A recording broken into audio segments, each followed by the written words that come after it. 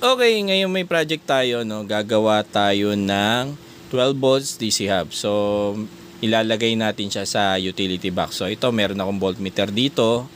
And then, lalagyan ko rin siya nitong USB port, no? And then, meron tayo ditong AC socket. So, lalagyan din natin ng fuse. And then, yan, no? So, ito pala yung aking utility box. Ang size niya is 150mm by 100mm, no? And, ito pa, no? Meron pa tayong ilalagay ng mga switches dyan. 12 volt switch din yon. And, ito banana plug. And, meron din tayong DC female socket, no? Para ilagay natin dyan. Okay, sa pagbubutas, syempre gagamit tayo ng drill, no? Syempre, pag may drill, meron din tayong drill bit. Ngayon, gagamit tayo ng step-up drill bit. So, ito ang tsura niya, guys, no? Para siyang cone shape, no? Ayan siya. Tatlo yun.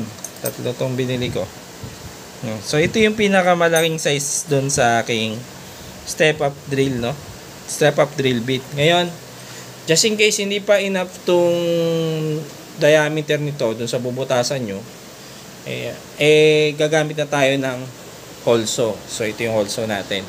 Maraming sizes pa yan. Ito rin yung ginagamit natin sa pagbuntas ng mga doorknob. No? And ito pa pala, guys, no? Just in case may budget lang kayo, pwede rin kayo syempre gumamit ng vernier caliper. Kasi sa vernier caliper, nasusukat natin ng eksakto yung butas na gusto nyong gawin.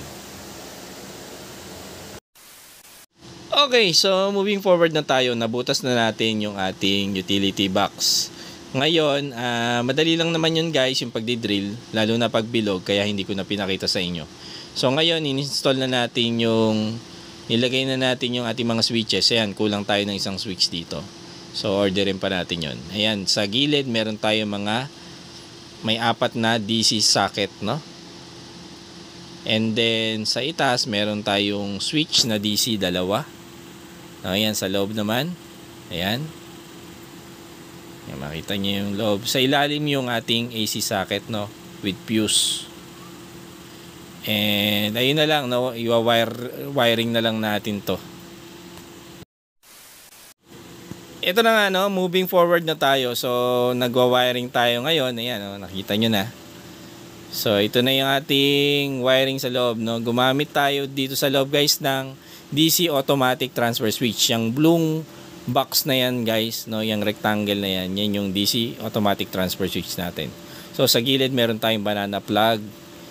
And, ayan, guys, no? Sa cover natin, kompleto na rin yung wiring ng ating USB and voltmeter, as well as yung mga switches. Okay, nakabit na natin yung cover ng ating 12 volts DC hub. So, itetest natin siya using our power supply as our main power, no? So, ngayon, i-on na natin yung ating power supply. Mag-supply tayo ng 12 volts. Ayan, guys, mapansin nyo, may ilaw na yung mga switches as well as yung ating voltmeter, no? Pati yung USB port natin, meron na rin siyang power. So, na-on and off yung ating switches, syempre, kasi yung function niya. So, ang kinokontrol ng mga switches natin is yung mga female DC socket sa gilid, no, guys, no? Yung mga outlet natin, 12 volts outlet yun, guys, no? So, pwede tayo magsaksak ng mga 12 volts load. Okay, so nakabit na natin yung ating 12 volts DC hub na project, no? So, gumamit tayo ng step-down transformer dito to convert yung 24 volts ng solar into 12 volts. Tapos, as secondary source ng power is yung ating power supply. So, makita nyo yung mga banana plug dyan na connection is 24 volts yung dumadali sa kanya. Kino-convert siya ng ating transformer into 12 volts, no? And then, ayun, no? So, let's try, no? Let's turn it on. So, pansin nyo, gumana na yung ating voltmeter. And ayun, naka-on na rin yung ating USB port. So, meron tayong mga load dito sa socket natin. Nakokontrol siya ng switch, no? May sample tayo dito, electric fan, i-on natin. Ayun, no? Bumukas na yung electric fan kasi kinabit natin siya dun sa socket ng DC natin, no? DC hub natin. Ayan, dito meron din tayong load sa kanan. Control. Yung sa ngayon, spare niya yung isa. Wala akong load dito. Pero yan, kinokontrol din siya ng switch natin. And ayun guys. So, ito secondary source ng power natin. Ito yung switch naman niya, no? Ayun, kulay blue yung kanyang kulay. Which is, yun yung ating galing sa power supply.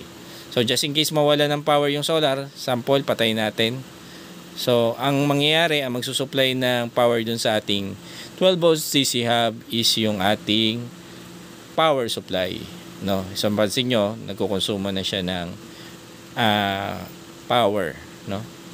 From power supply. And ayan, kung bumalik ba yung solar, yan, sample, i-on natin ulit yung solar, magsisiro na ulit yung consumption ng power supply kasi ang kinukuha ng power ng ating DC hub is galing sa ating 24 volt system solar, no? So yan guys, yung USB port natin na turn on and off yan guys, no? And yan guys, no? Ano pa ba, no? Kung papansin niyo pala, gumamit tayo dito ng color coding. Para sa ating 12 volt supplied output, color green yung napili natin.